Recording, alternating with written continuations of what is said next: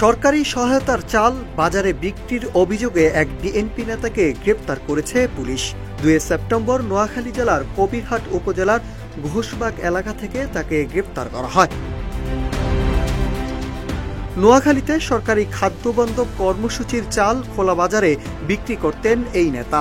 জেলার কবিরহাট উপজেলার পৌরসভার 9 নম্বর ওয়ার্ডে 3 বস্তা চাল খোলা বাজারে বিক্রির সময় হাতে নাতে আটক করে পুলিশ। এ নিয়ে দীর্ঘদিন ধরে স্থানীয় বাসিন্দারা অভিযোগ করে আসছিলেন। গ্রেপ্তারকৃত ওই নেতার নাম অজিউল্লাহ। তিনি কবিরহাট উপজেলার বিএনপির সাবেক যুগ্ম আহ্বায়ক।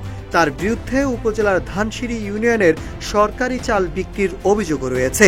5 আগস্টের পর থেকে 15 টাকা কেজি ধরে এসব চাল স্থানীয়দের কাছে খোলা বাজারে বিক্রি করতেন। এখন যে কোনো ব্র্যান্ডের পুরাতন এসি বদলে নতুন ওয়ালটন এসিতে উপভোগ করুন 25% ছাড়। পুলিশ ও স্থানীয় বাসিন্দারা জানায়, গত 5 আগস্ট আওয়ামী লীগ সরকারের পতনের পর উপজেলার ধানসিঁড়ি ইউনিয়নের খাদ্যবন্ধব কর্মসূচি চালের পরিবেশক হন বিএনপি নেতা অজিউল্লাহ। এর কিছুদিন পরে স্থানীয় লোকজন তার বিরুদ্ধে এই কর্মসূচি চাল বিতরণের অনিয়মের অভিযোগ তোলেন। 3 বস্তা চাল খোলা বাজারে বিক্রির সময় তাকে আটক করা হয়। এদিকে এই ঘটনায় উপজেলার উপখাদ্য পরিদর্শক মোহাম্মদ সালেহউদ্দিন বাদী হয়ে কবিরহাট থানায় বিশেষ ক্ষমতা আইনে অজিউল্লাহর বিরুদ্ধে একটি মামলা দায়ের করেন।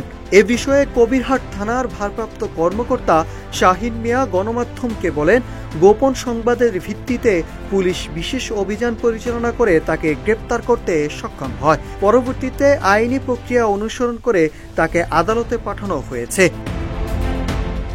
Nahid Hasan, news desk, Ittefaq.